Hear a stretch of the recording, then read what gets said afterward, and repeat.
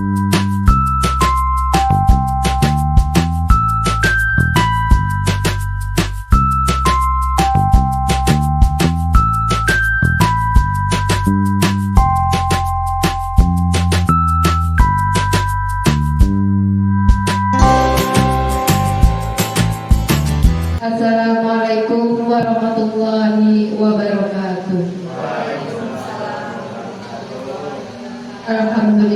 Alhamdulillahirabbil alamin wa bihi nasta'inu ala umuri dunya wad din wassalatu wassalamu ala asrofil anbiya'i wal mursalin wa ala alihi wa sahbihi rasulillah.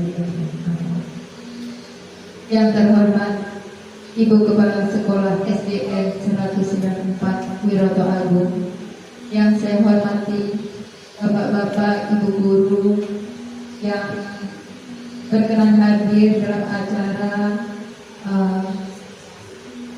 diseminasi budaya positif guru penggerak angkatan 11. Puji syukur atas kehadiran Allah Subhanahu wa taala, berkat rahmat karunialah kita pada pagi hari ini kita diberi keadaan sehat walafiat. Amin Allahumma amin.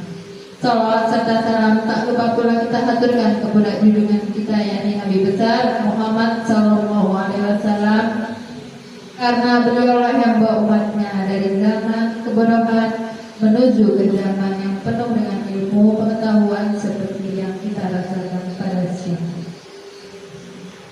Baiklah, di sini saya selaku pembawa acara akan menyampaikan susunan acara pada pagi hari ini, yaitu susunan acara kegiatan diseminasi budaya positif guru penggerak angkatan 11 SDN 194 Wiroto Agung, Kecamatan Rigo Bujang, Kabupaten Tebo dimulai.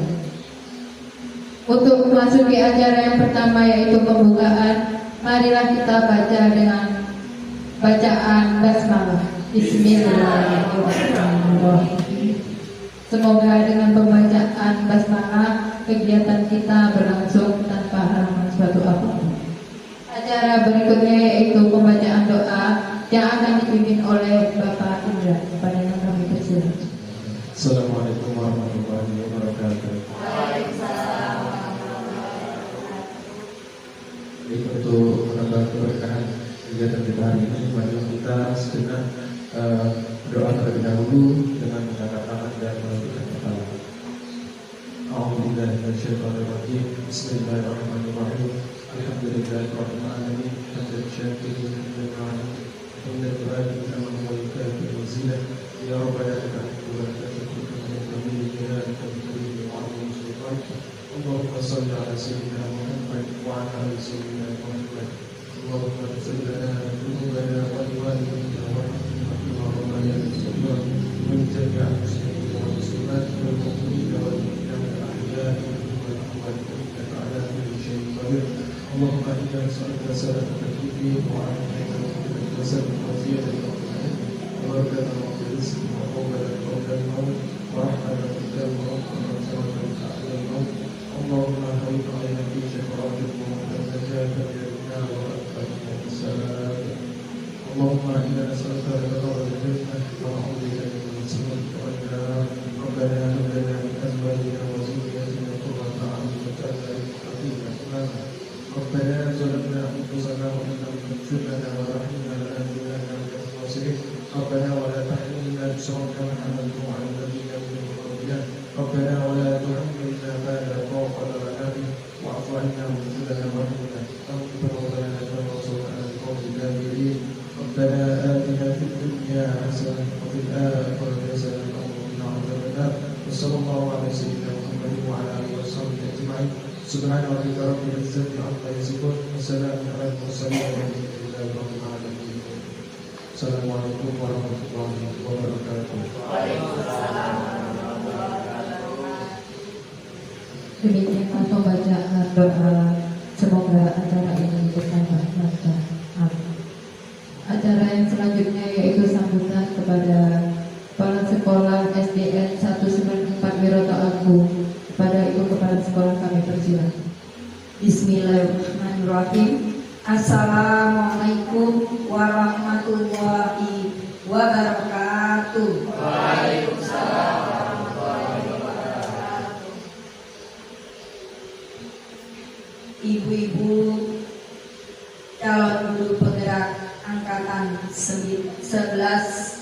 yaitu Ibu Yulistra Miasi SPD dan Ibu Sumaris SPD yang sangat saya hormati.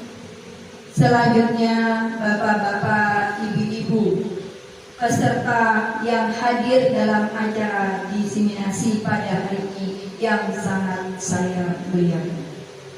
Alhamdulillahirrahmanirrahim, kita panjatkan puji dan syukur kepada Allah Subhanahu wa Ta'ala bahwasanya pada hari ini kita telah diberikan rahmat kesehatan sehingga kita dapat melaksanakan kegiatan diseminasi budaya positif oleh CGP Angkatan 11 SD 194 dengan aman dan lancar harapannya. Amin. Salat beriring salam, marilah kita aturkan kepada junjungan kita Nabi Muhammad SAW yang telah membawa kita ke dalam alam kemuliaan dan akan kita nantikan syafaatnya di hari kiamat nanti. Amin. Ibu-ibu CGP Angkatan 11 SD 194 dan Bapak Ibu peserta diseminasi yang saya hormati, pada hari ini pertama kami mengucapkan banyak terima kasih atas waktu yang telah disediakan oleh Bapak Ibu semuanya, sehingga harapannya kegiatan hari ini nantinya dapat bermanfaat dan dapat diimplementasikan dalam proses pembelajaran yang berpusat kepada siswa untuk guru kelas maupun guru mata pelajaran di sekolah kita.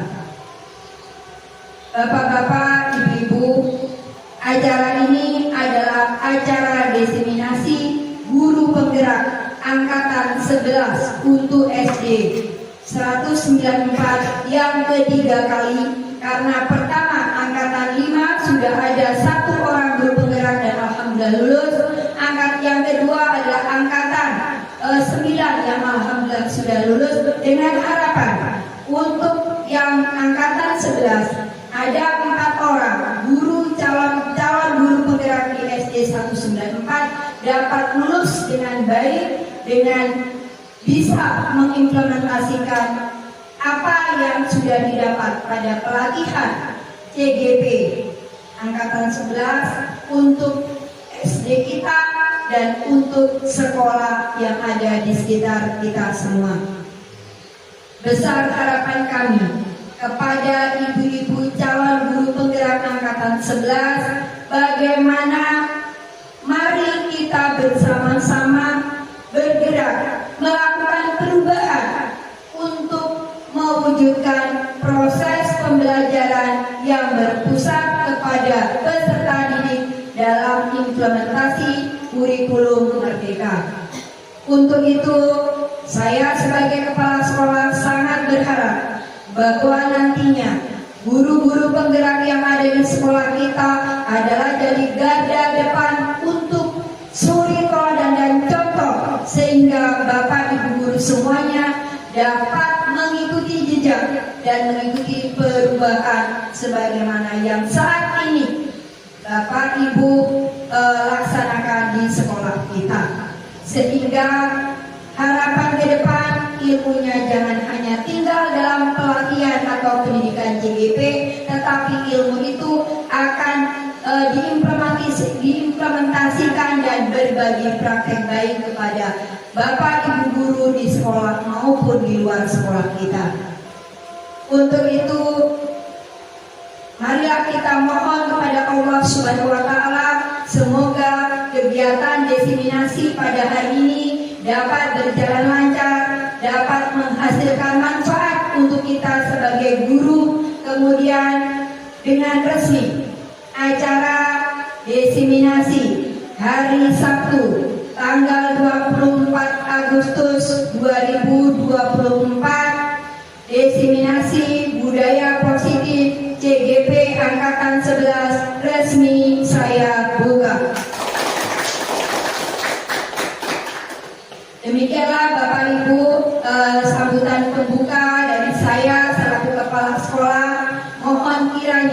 Bapak Ibu nantinya dapat mengikuti sampai selesai dan menghasilkan manfaat perubahan dalam kita melaksanakan tugas kita, membimbing, mendidik putra-putri kita menjadi generasi bangsa yang bertakwa kepada Allah Subhanahu wa taala dan berkarakter baik. Kiranya saya dari kepala sekolah bila mana ada hal, fasilitas, dukungan dan support belum memuaskan untuk ibu-ibu calon CGP angkatan 11, maka dengan ini saya mohon maaf yang sebesar-besarnya. Wabillahi taufiq wal hidayah. Wassalamualaikum warahmatullahi wabarakatuh. Masih ada sambutan dari Ibu.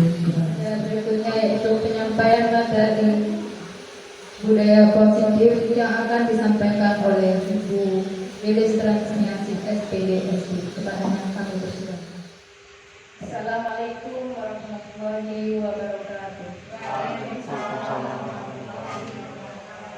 Sebelumnya saya ucapkan terima kasih sebanyak-banyaknya kepada Bapak Ibu yang telah hadir pada kegiatan kami hari ini, yaitu dalam rangka diseminasi menyebarkan pemahaman dan pendalaman pengalaman budaya positif dari kami CGP Angkatan 11. Baiklah, saya akan memulai pemaparan untuk hari ini.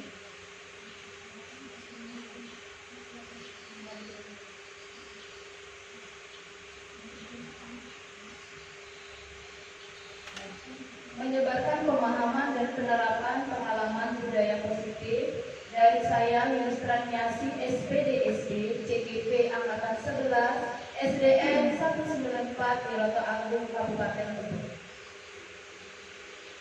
Konsep inti dari budaya positif yaitu yang pertama mengenai perubahan paradigma belajar, kedua disiplin positif, nilai-nilai kebajikan, kebutuhan dasar manusia, motivasi perilaku manusia, posisi kontrol guru, keyakinan kelas, dan segitiga restitusi. Yang pertama, pembelajaran dengan paradigma baru. Pembelajaran dengan paradigma baru merupakan pembelajaran yang dirancang berdasarkan prinsip pembelajaran berdiferensiasi, sehingga peserta didik belajar sesuai dengan kebutuhannya berdasarkan pada tahap perkembangan sesuai dengan teori psikologi modern, yaitu untuk mewujudkan profil belajar Pancasila.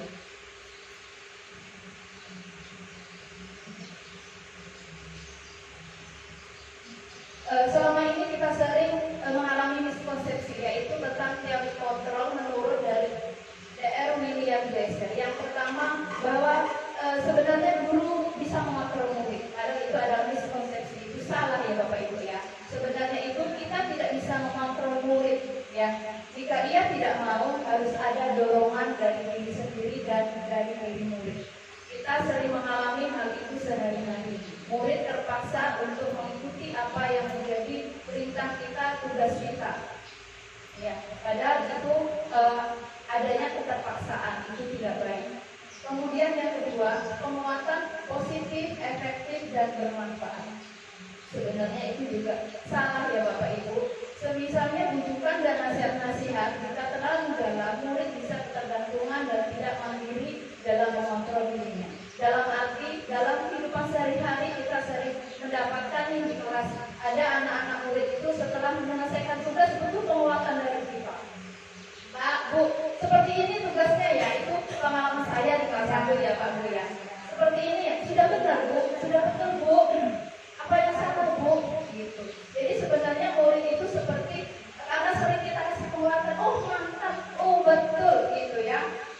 Jadi anak-anak itu butuh penguatan terus dari kita, itu yang dimaksud dengan ketergantungan. Kemudian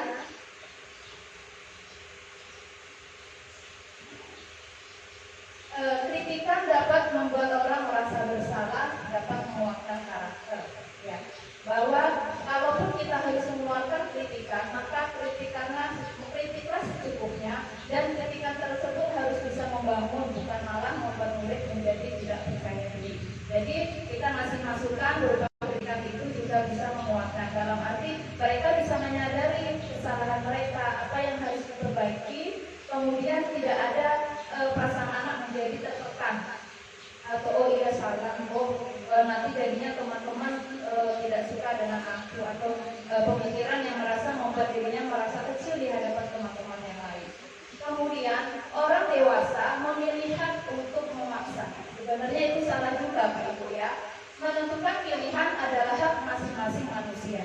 Jadi begitu dalam kegiatan pembelajaran. Oleh sebab itu maka paradigma baru ini kita lebih mengedepankan pada pembelajaran yang berdiferensiasi. Jadi kita menentukan pembelajaran itu berdasarkan dari kebutuhan masing-masing peserta didik. Berikutnya mengubah paradigma stimulus respon ke pendekatan teori kontrol. Ini ada perbedaan. Ya, yang pertama stimulus respon. Realitas kebutuhan kita itu sama. Kita berpikir bahwa kebutuhan kita sama. Sedangkan pada konsep teori kontrol itu kebutuhan kita itu pasti berbeda-beda. Yang kedua, semua orang melihat hal yang sama. Padahal kita sama-sama mengetahui bahwa kita itu memiliki pandangan juga cara berpikir yang berbeda. Itu dalam teori kontrolnya. Kemudian kita mencoba mengubah agar orang berpandangan sama dengan kita. Sementara pada teori kontrol kita hanya bisa berusaha memahami pandangan orang lain tentang dunia. Perilaku buruk dilihat sebagai suatu kesalahan. Sedangkan pada teori kontrol bahwa semua perilaku itu memiliki tujuan, baik atau buruk pasti mempunyai alasan sendiri serta tujuannya sendiri. Kemudian pada stimulus respon, orang lain bisa mengontrol saya. Kita sering sekali berpendapat seperti itu, dalam arti kita seperti dalam melakukan sesuatu itu kita tidak percaya diri, jadi ingin selalu mendapat masukan gitu. Sedangkan pada teori kontrol Anda tidak bisa mengontrol orang lain. Yang bisa mengontrol adalah diri sendiri. Kemudian pemaksaan ada pada saat bujukan itu gagal. Itu pada stimulus respon. Saat kita membujuk anak-anak, jangan ribut ya. Tolong dengarkan ibu ya. Di saat kita sudah berulang kali mengingatkan anak, tapi anak itu tidak mengindahkan, kita sering akhirnya pada sikap tahapan selanjutnya, yaitu pemaksaan. Kalau tidak bisa diam nanti seperti itu sering ya Bapak Ibu ya. Saya menyadari kemarin saya seperti itu juga soalnya gitu. Jadi pada teori kontrol itu kolaborasi dan konsensus menciptakan pilihan-pilihan baru, berkolaborasi dengan siswa. Dalam hal ini budaya positif yang akan selanjutnya saya paparkan, yaitu disiplin positif. Yang pertama, disiplin mengacu pada disiplin diri yang memiliki tanggung jawab terhadap apa yang dilakukannya berdasarkan nilai-nilai yang diyakini. Kemudian yang kedua, disiplin positif merupakan salah satu cara penerapan disiplin yang bertujuan untuk menumbuhkan kesadaran serta memberdayakan peserta didik tanpa adanya imbalan, penghargaan, reward, ancaman, ataupun hukuman. Yang ketiga, sebagai pendidik, tujuan kita adalah menciptakan peserta didik yang memiliki disiplin diri, sehingga mereka berperilaku mengacu kepada nilai-nilai kebajikan universal dan memiliki motivasi intrinsik dalam perubahan perilaku ke arah yang lebih baik. Nilai-nilai kebajikan yaitu nilai yang disepakati bersama terlepas dari suku bangsa, agama, bahasa maupun latar belakangnya.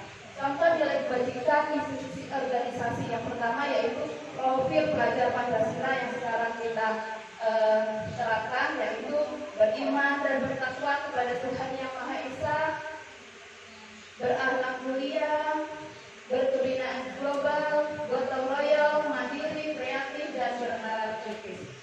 Itu yang kita terapkan untuk saat ini Pak Ibu ya. Padahal ada lagi nih nilai-nilai kebajikan dari organisasi lain, yaitu IBO atau Primary Years PYP, yaitu ada nilai kebajikan toleransi, rasa hormat, integritas, mandiri,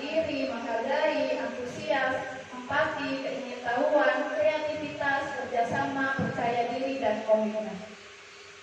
Kemudian ada juga dibagikan dari 9 pilar karakter Indonesia.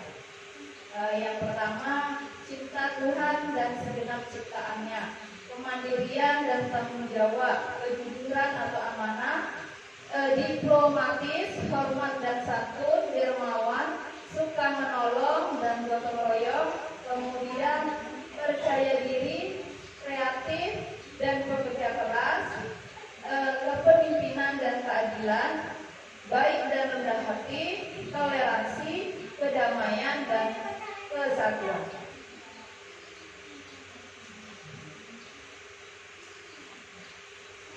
Selanjutnya mengenai kebutuhan dasar manusia. Kebutuhan dasar manusia itu adalah segala sesuatu yang kita lakukan untuk mendapatkan apa yang kita inginkan. Seluruh tindakan yang kita lakukan itu memiliki tujuan tertentu, dan semua usaha terbaik yang kita lakukan adalah dalam rangka agar kebutuhan dasar kita terpenuhi dengan baik. Begitu juga kita dalam melihat suatu permasalahan yang sering terjadi di lingkungan sekolah kita. Contohnya dalam pembelajaran. Ya, anak-anak kita sering menemui ya Bapak Ibu ya di kelas. Anak-anak ada yang pintar tetapi banyak belah. Ya Pak Ibu ya. Kemudian anaknya itu lambat tapi dia patuh. Iya. Jadi untuk menyikapi kasus-kasus tersebut di dalam kelas kita bisa meniru lagi. Ya, mengobservasi sebenarnya kebutuhan dasar apa yang belum terpenuhi dari anak tersebut.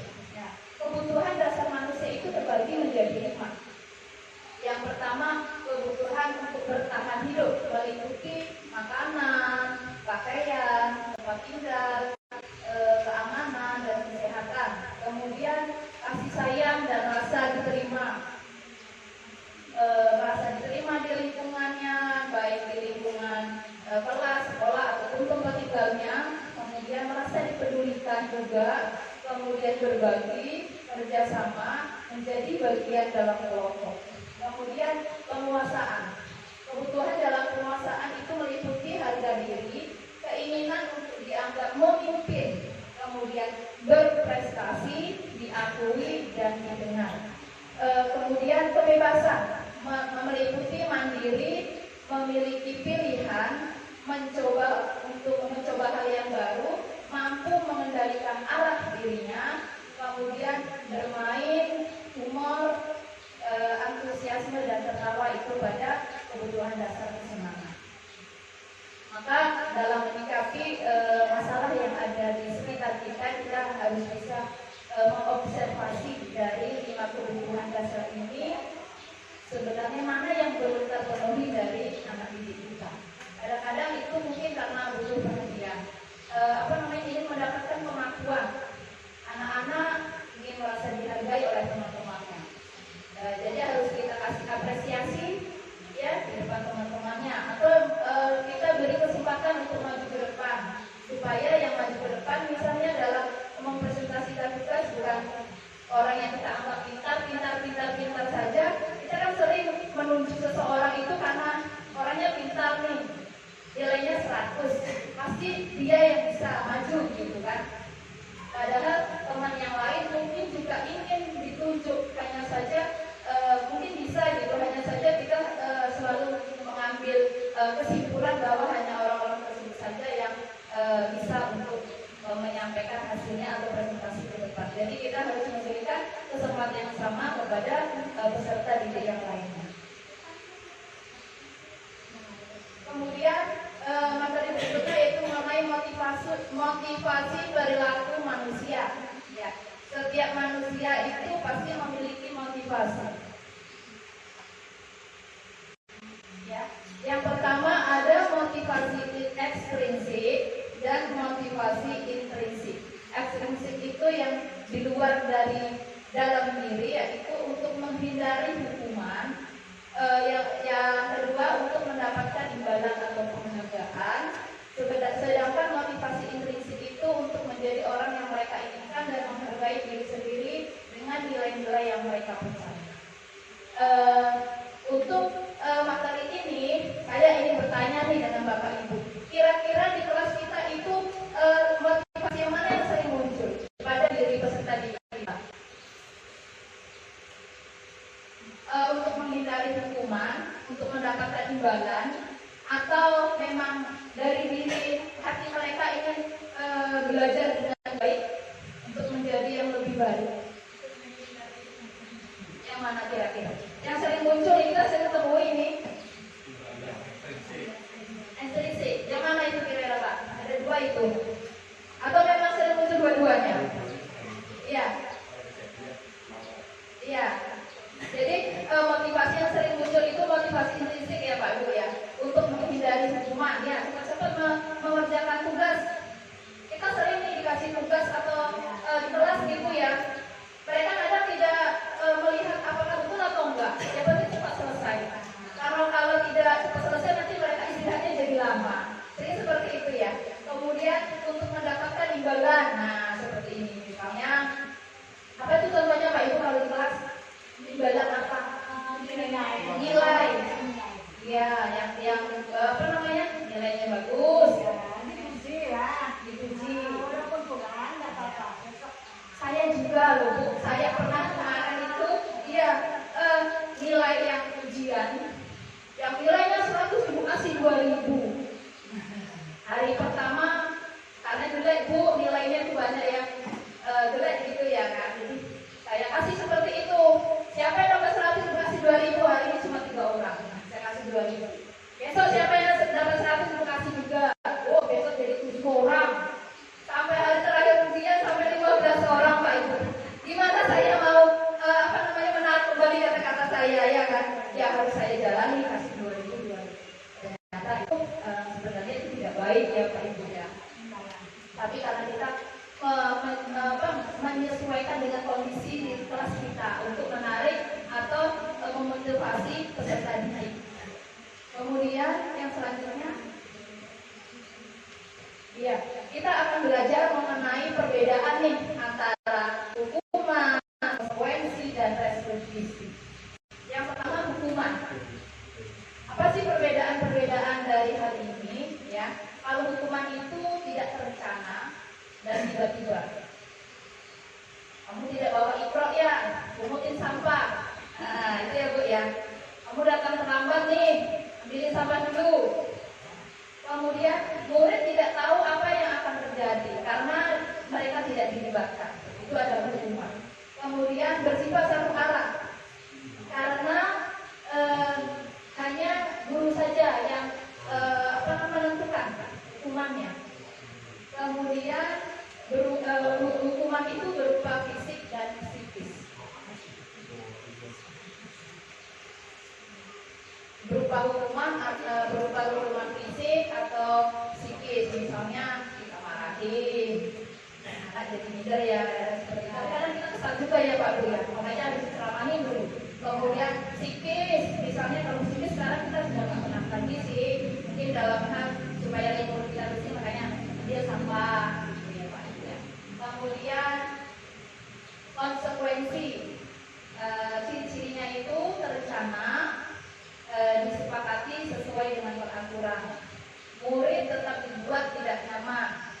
Kemudian sikap guru selalu memonitor murid. Ya, jadi konsekuensi ini kita sudah melibatkan siswa dalam membuat suatu peraturan di kelas. Ya, kita sudah melibatkan siswa, tapi tetap ada konsekuensinya.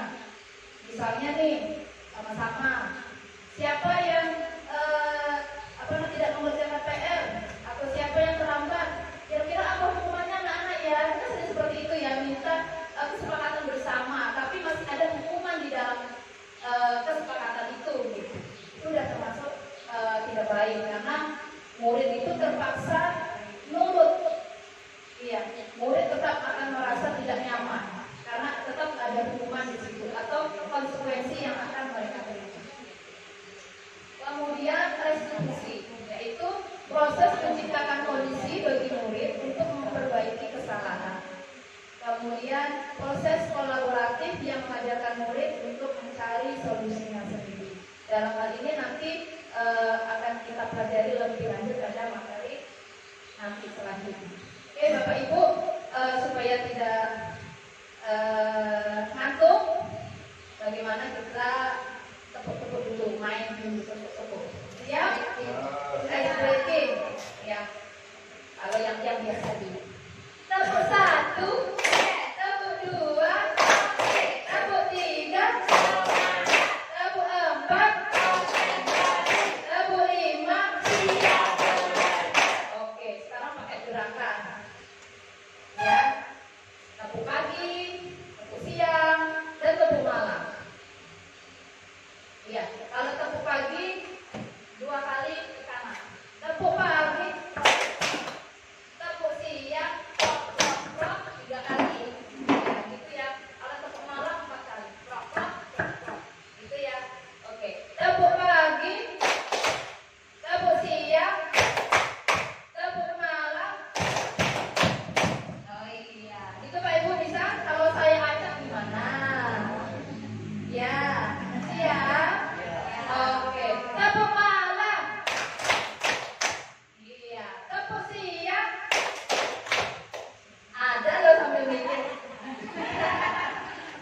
Enggak apa-apa. Oke, kita ulang lagi biar semangat ya Pak Bu ya. Oke, Pak Indra, tepuk pagi 2 kali. Kalau tepuk siang 3 kali. Kalau tepuk malam biar semangat jadi 4 kali. Prok. Ya Pak Indra ya. Iya. Oke, tepuk malam.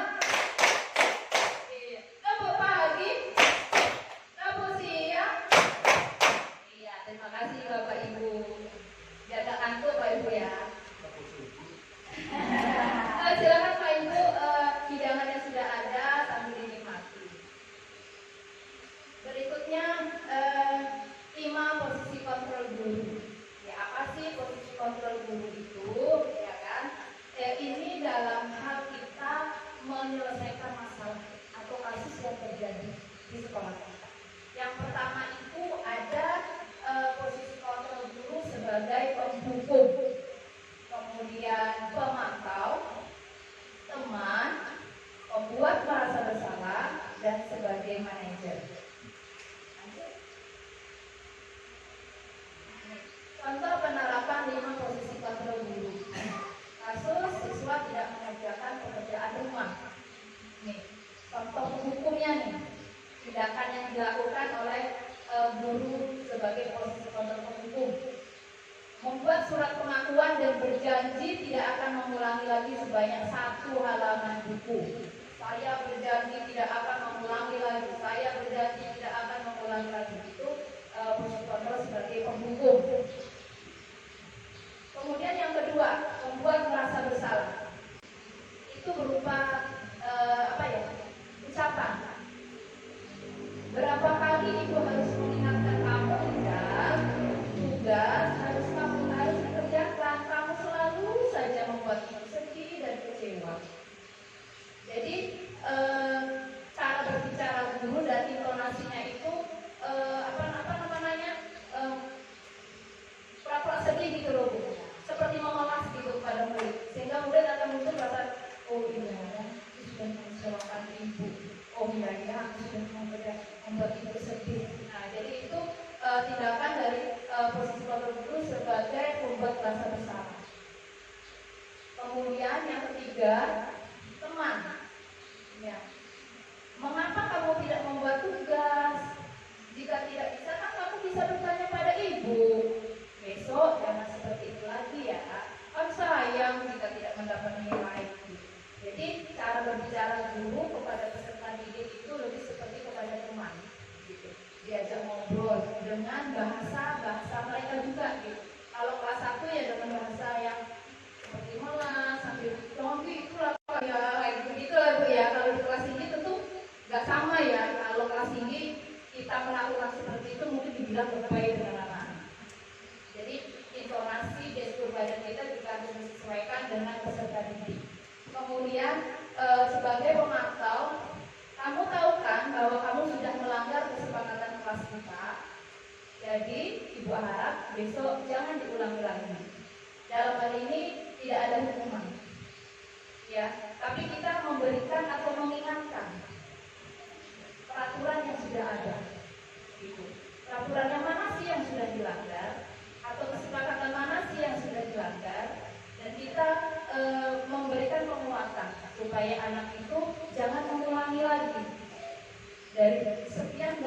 poin-poin kesepakatan yang sudah dibuat. Jadi di pengakuan itu kita mengingatkan kembali kesepakatan yang sudah kita buat secara bersama-sama. Kemudian yang terakhir adalah sebagai manajer, apakah kamu sudah tahu apa kesalahanmu? Lalu bagaimana cara kamu memperbaikinya? Ya, dari manajer kita ada dua tindakan yang dilakukan. Yang pertama, kita mengingatkan juga kesepakatannya apa saja sih? Kamu sudah melanggar yang mana sih? Terus gimana kamu memperbaiki kesalahan itu? Atau bagaimana kamu melakukan supaya ini tidak terjadi lagi? Atau menurut kamu ini solusinya gimana? Jadi kita ajak berbicara kepada peserta didik kita. Jadi diharapkan nanti, ya memang prosesnya itu agak panjang Pak Ibu ya.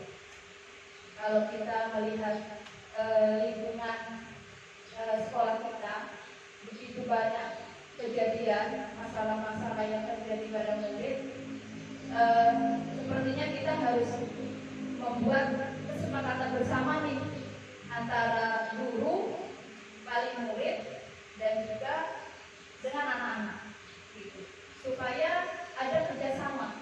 Jadi nggak hanya guru saja yang membuat emosi, mengingatkan terus, tapi anak juga tetap melakukan kesalahan, tapi juga ada dorongan motivasi dari wali murid, gitu Pak. Kalau kita melihat murid kita di sekolah kita kan heterogen Bapak Ibu ya.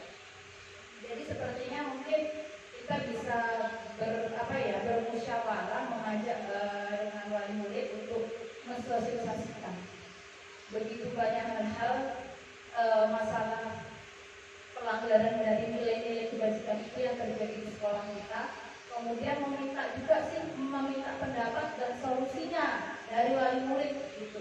Jadi saya takutnya nanti kita melakukan sesuatu tapi disalahkan gitu dengan wali murid, atau kita melakukan sesuatu wali murid tidak peduli, mereka hanya anak saya solusi itu ya silakan diurus, padahal ada juga tanggung jawab mereka gitu, ada kerjasamanya dari mereka, harusnya seperti itu.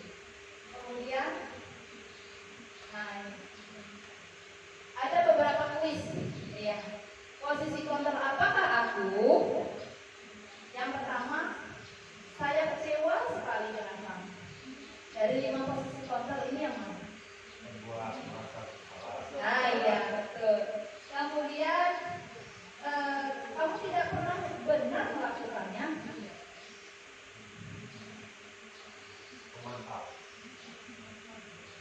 Kira-kira yang mana? Hukuman.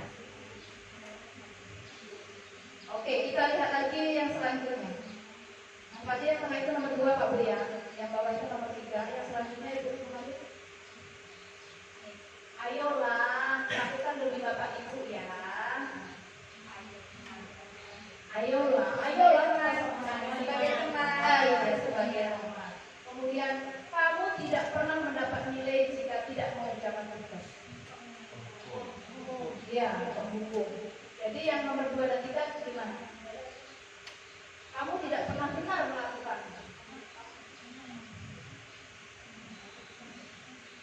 Apa tadi? Memantau.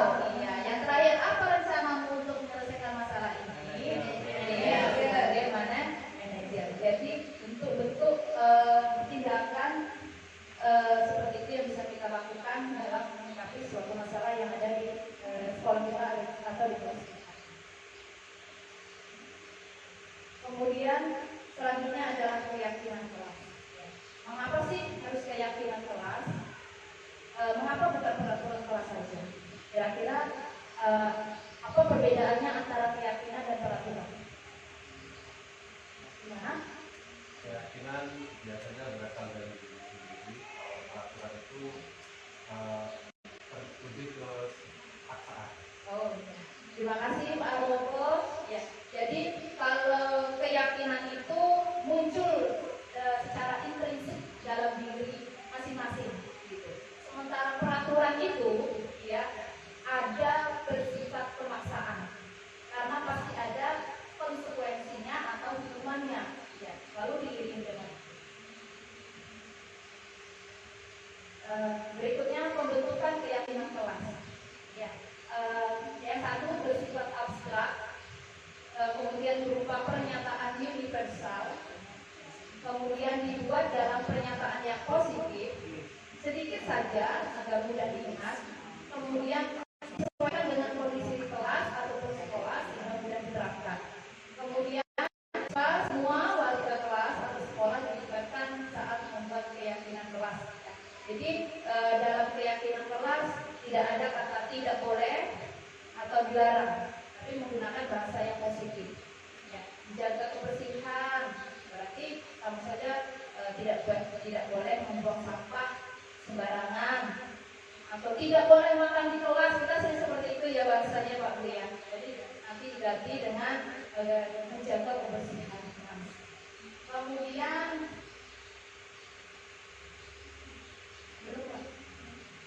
ya, ini yang sudah saya terapkan di kelas 1. Di kelas 1 itu banyak anak yang masih bisa menulis Pak Ibu ya. Jangan menulis huruf A saja mereka ada yang mana ya, C yang mana ya masih lupa ingat. Gitu. Bagaimana saya menyuruh mereka untuk menulis gitu.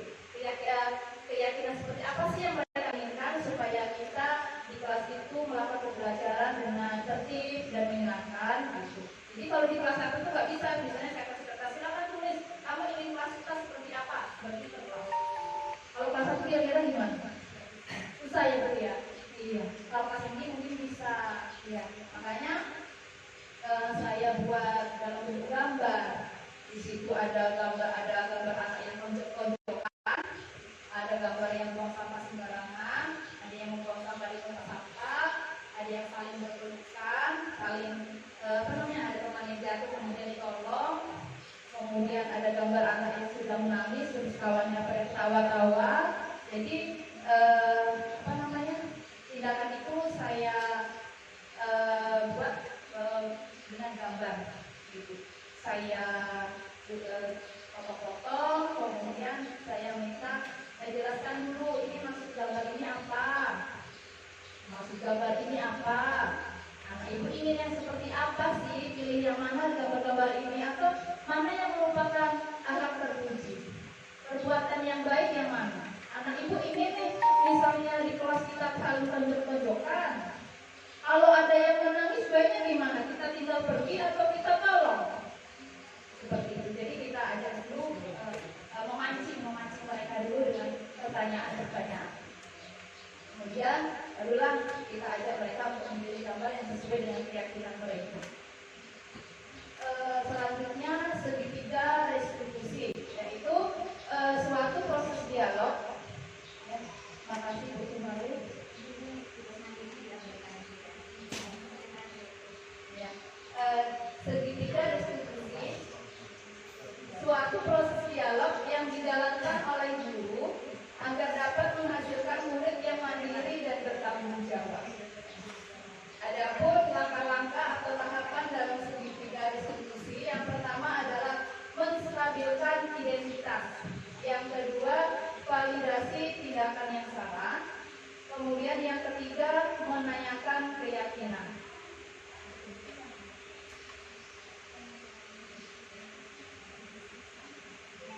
Yang pertama yaitu menstabilkan identitas, yaitu berdasarkan prinsip membuat kesalahan adalah bagian dari proses pembelajaran. Ya, kita dapat menanggapi dengan kalimat-kalimat seperti berikut ini, yaitu berbuat salah itu wajar. Kemudian tidak ada manusia yang sempurna. Ibu dan bapak juga pernah melakukan itu. Kemudian ibu dan bapak tidak mau mencari siapa yang salah, tapi hanya ingin mencari solusi dari permasalahan ini. Kemudian kamu juga berhak untuk merasa begitu. Itu merupakan kalimat-kalimat untuk menstabilkan identitas. Kemudian yang kedua yaitu berupa validasi tindakan yang salah. Berdasarkan prinsip perilaku berupaya untuk memenuhi suatu kebutuhan tertentu. Di sini kita kembali lagi menggali 5 kebutuhan dasar manusia.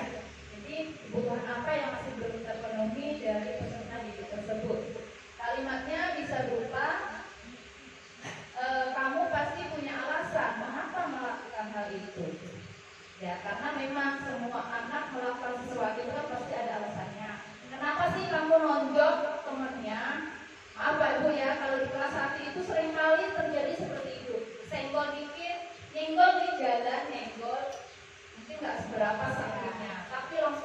emosi, jeblok langsung ditinju, nangis. Yang salah siapa? Akhirnya kembali seperti itu. Ini tak mau minggir, jadi aku senggol. Senggol gak sakit ya kan? Yang sakit yang ditonjok tadi. Karena apa namanya? Dia mancing. Ya udah waktu senggol ya sudah minggir aja. Marah dia. Ini yang mau tadi tambah lagi tinju. Itu sering terjadi di kelas itu. Kemudian kalimat berikutnya yaitu padahal kamu bisa melakukan hal yang lebih buruk dari ini. Kemudian kamu patut bangga karena telah melindungi sesuatu yang penting buat kamu. Kemudian kamu melakukannya karena mempertahankan sesuatu yang penting buat kamu. Ya, itu merupakan kalimat-kalimat yang bisa kita lakukan untuk memvalidasi tindakan yang salah. Kemudian selanjutnya,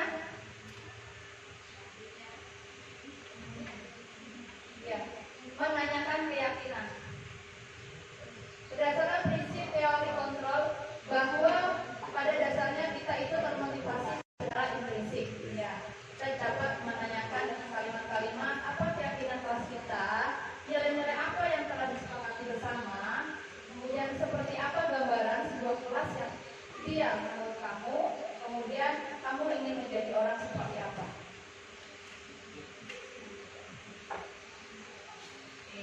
Jadi beberapa materi mengenai disiplin, keyakinan kelas, posisi kontrol guru, kebutuhan manusia, dan segi kritis kira-kira apakah ada yang ingin ditanyakan untuk yang memperdalam pemahaman kita. Oh ya, silakan Bu Yani. Ini silakan.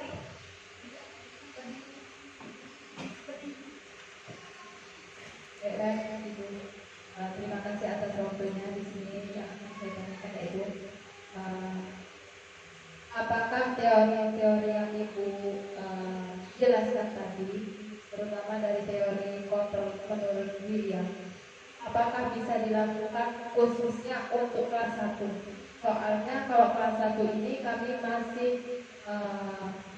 mengajak siswa ini tenang atau kami masih berkonsentrasi untuk mengetahui karakter anak, di mana anak ini sekarang kelas 1 lebih ribut di dalam kelas untuk menciptakan suasana yang tenang saja agak susah ya Bu ya. Apakah bisa dilakukan? Terima kasih. Terima kasih atas pertanyaan Bu Yani. Ya memang kalau di kelas 1 itu kemarin saya agak bingung juga awalnya gitu. Dalam yang pertama 5 posisi kontrol dalam menyikapi masalah di kelas ataupun di sekolah gitu. Jadi kemarin saya tanyakan itu apakah 5 posisi kontrol ini bisa kita lakukan secara bertahap nggak sih gitu. Dalam ini kita sudah sering kita lakukan ya. Kadang kita lupa untuk menanyakan keyakinan gitu. Cuma kita tanya menurut kamu ini benar atau salah tindakannya ya kan? Atau sering juga kita kenapa sih kamu pukul teman lagi? Kemarin kan sudah dibilang nggak boleh pukul-pukul, iya kan? Itu seperti membuat merasa bersalah juga ya kan? Kawan kan jadi nangis nanti, jadi sakit nanti gitu ya. Kemudian ternyata masih juga diulang. Kemudian berani lagi menjadi teman, berbicara dari hati ke hati. Kenapa sih alasannya? Bisa nggak sih kalau kamu jangan lamain lagi gitu, seperti itu ya Bu Yani ya. Ternyata masih juga nggak diindahkan. Selanjutnya lagi menjadi pemantau. Dalam arti kamu kan tahu nih kita nggak boleh seperti ini, seperti itu. Tapi kenapa sih? Tapi kadang anak-anak kita itu sepertinya tidak menanggapi benar-benar apa yang kita sampaikan gitu. Jadi masih sekali, 2 kali, 3 kali ternyata masih diulang terus. Kita sudah di posisi teman, merasa bersalah, pemantau, manajer, masih juga.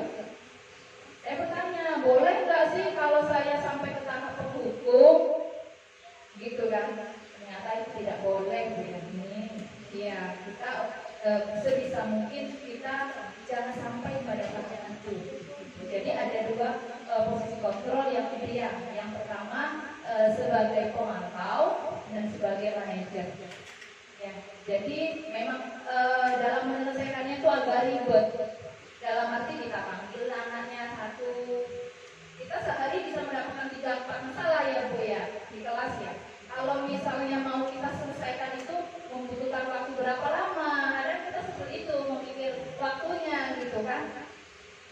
kejadian kan satu, anak nangis, sepatunya dibuang.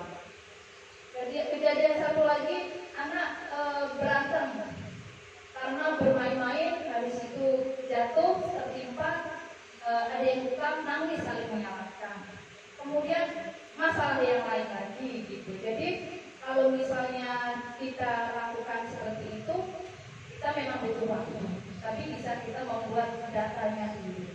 Misalnya kita membuat jurnal nih, Bu Yani, hari ini kejadian apa saja sih yang sudah terjadi di kelas kita, gitu kan? Oh, si A bertengkar ini masalahnya ini, oh si B bertengkar ini masalahnya ini. Jadi bisa kita selesaikan satu persatu. Kadang anak kalau sudah melewati jam pulang sudah ditunggu ibunya. Kalau tiga-tiganya kita panggil, akan habis waktunya, atau mungkin ibunya marah, ibunya terlalu lama. Jadi mungkin kita bisa satu-satu dulu dipanggil. Untuk hari ini, yang mana dulu yang kira-kira yang harus dulu diatasi gitu. Untuk yang selanjutnya, mungkin bisa kita panggil pada ibunya. Jadi kita menyiapkan buku kejadian kelas atau buku kasus tidak ada juga. Ada tidak lanjutnya. Oh, sekali dipanggil itu, oh ternyata kita ada catatannya nih sama ini kasusnya sama aja terus. Sering mukulin kawannya atau ini banyak gitu, sering terjadi dan berulang-ulang. Mungkin itu masih kita melakukan pemanggilan orang tua. Dalam arti kita untuk berdiskusi dengan orang tua. Kenapa anak tersebut bisa seperti ini? Kita sudah melakukan tindakan-tindakan sekali, dua kali, ternyata tidak juga. Maka yang untuk ketiga kalinya, maaf, saya harus berdiskusi dengan ibu atau bapak gimana caranya ya untuk mengatasi masalah anak ini, bagaimana karakter diri di rumah atau di kelas seperti ini, apakah sama atau tidak, kira-kira motivasinya apa, atau apa latar belakangnya, alasan dia kenapa sampai bersikap seperti itu. Kadang-kadang kalau kita sampaikan ke orang tua kan, anak saya di rumah lo baik bu, ya kan, seperti itu. Masa sih di sekolah jahat sama kawannya, seperti itu. Ada juga yang kemarin di kelas 1 seperti itu juga Pak, tantrum, ngamuk, pertama dialusin. Di kelas 1 kan nggak boleh marah-marah juga kan. Sayang, kenapa kamu seperti itu? Kan malu dilihatin temennya, ayo ikut ibu yuk kita jajan aja yuk. Wah, kencang nangisnya. Ya udah nggak apa-apa, kamu nangis dulu ya.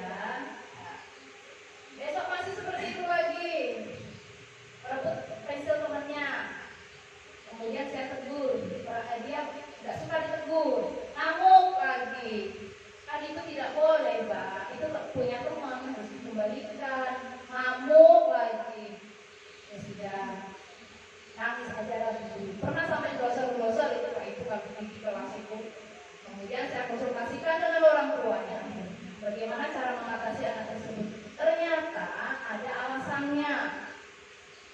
Di rumah dia bermain dengan orang-orang dewasa yang sering dijadikan objek seperti itu, dicambil. Jadi membuat mereka itu sensitif.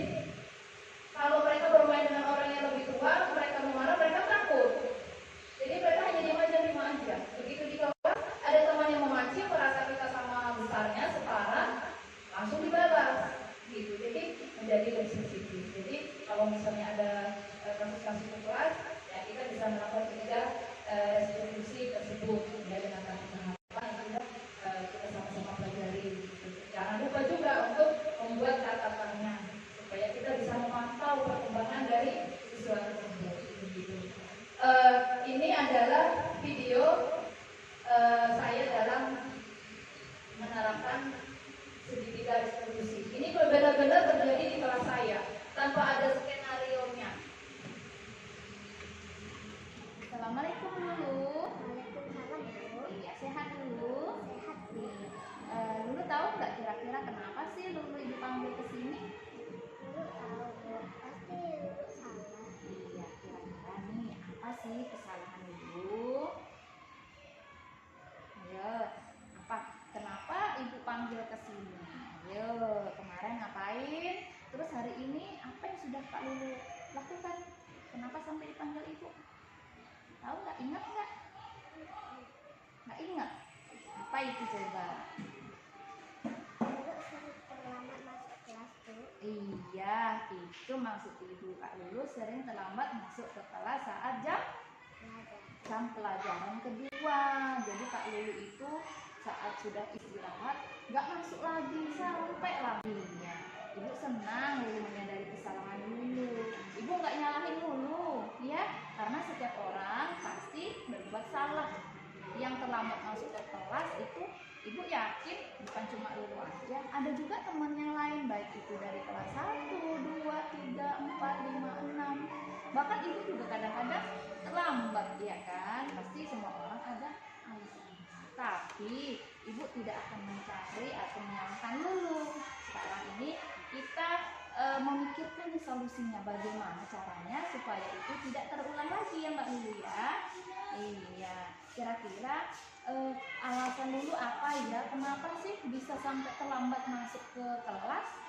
Kan itu lagi capek.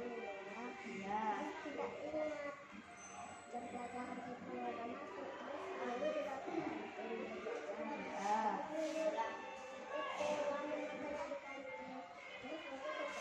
Iya. Terus? Jadi sebenarnya Lulu tahu ya kalau ternyata Lulu itu sudah terlambat ya. Iya, tapi terus makannya belum habis, jadi dihabisin dulu gitu ya. Jadi gimana kira-kira caranya nih supaya Mbak Lulu itu tidak terlambat lagi masuk ke dalam kelas? Mbak Lulu kan mulai Beli jajan, habis itu kelas dia nggak lupa kalau sudah masuk. Iya, mainnya di dekat kelas aja supaya apa? supaya nanti kalau udah masuk Lulu tahu. Iya, jadi tahu. Iya, jadi kalau misalnya Kak Lulu sudah tahu kesalahannya Mbak Lulu, terus gimana sih caranya supaya tidak terulang lagi? Ya itu tadi kata Mbak Lulu ya kan. Jadi jajan dulu. Setelah itu sudah jajan, mainnya di dekat kelas aja. Jadi tahu nih, udah bel, kawan-kawannya masuk ke kelas gitu ya. Iya, pintar. Jadi Lulu sudah tahu nih cara menyelesaikan masalah Lulu, ya kan? Iya, pintar, tidak apa-apa. Terus, Lulu ingat nggak keyakinan yang sudah kita buat, keyakinan kelas kita? Apa itu? Mungkin Disiplin disiplin dan apa lagi?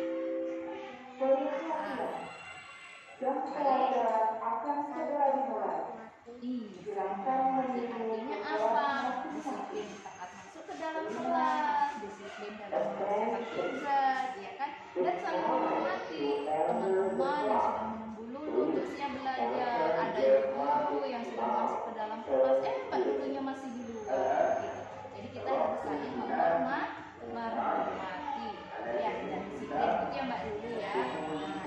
Jadi mulai sekarang nih, Lulu harus ingat terus nih kesepakatan yang sudah kita buat ya.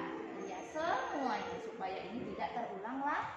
Terima kasih Mbak Lulu. Besok jangan terlambat lagi berarti masuk ke dalam kelas ya.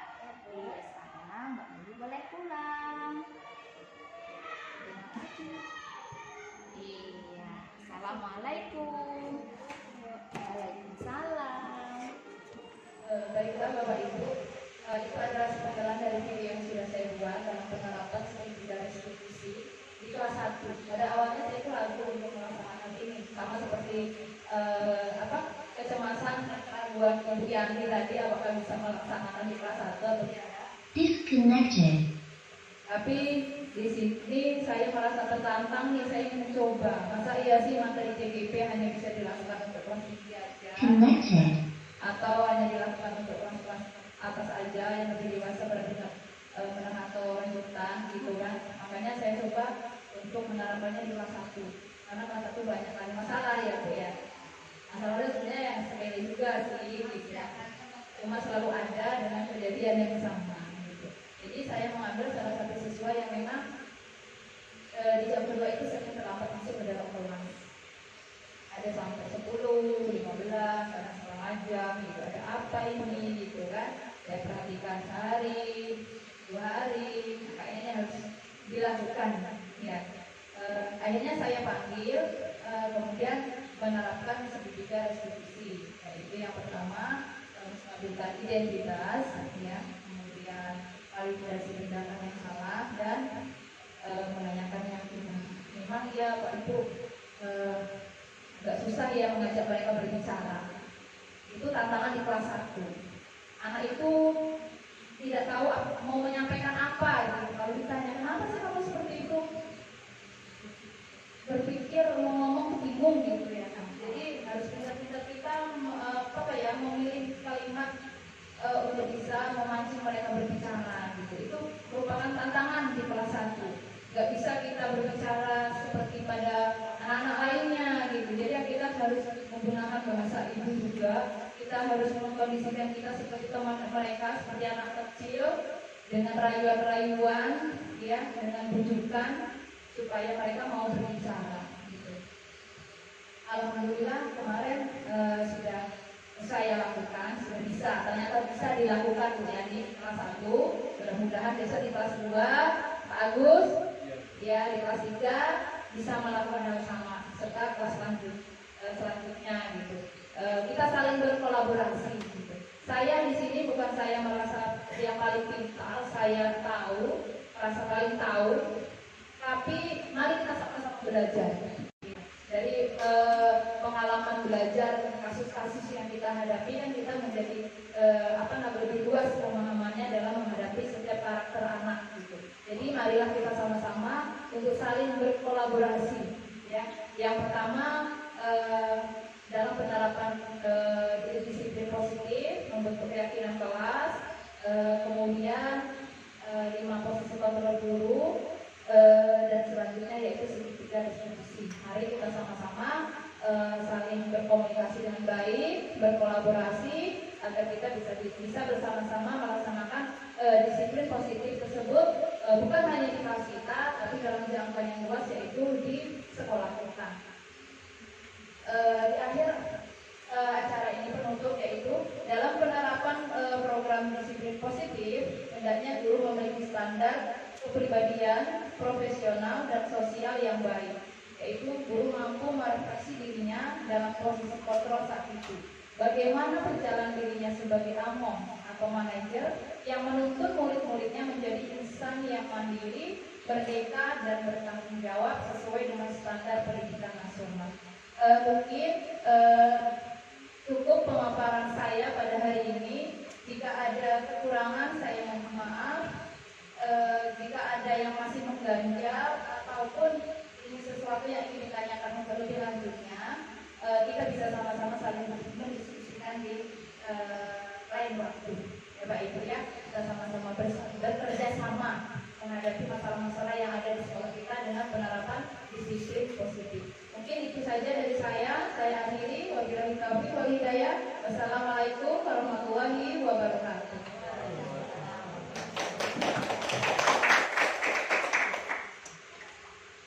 Saya kembalikan kepada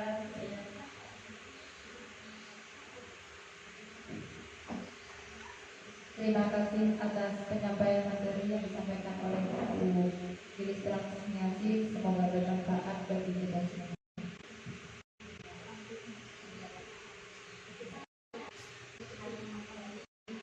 Demikianlah penyampaian materi dari Bu Lilis. Marilah kita tutup dengan bacaan hamdalah.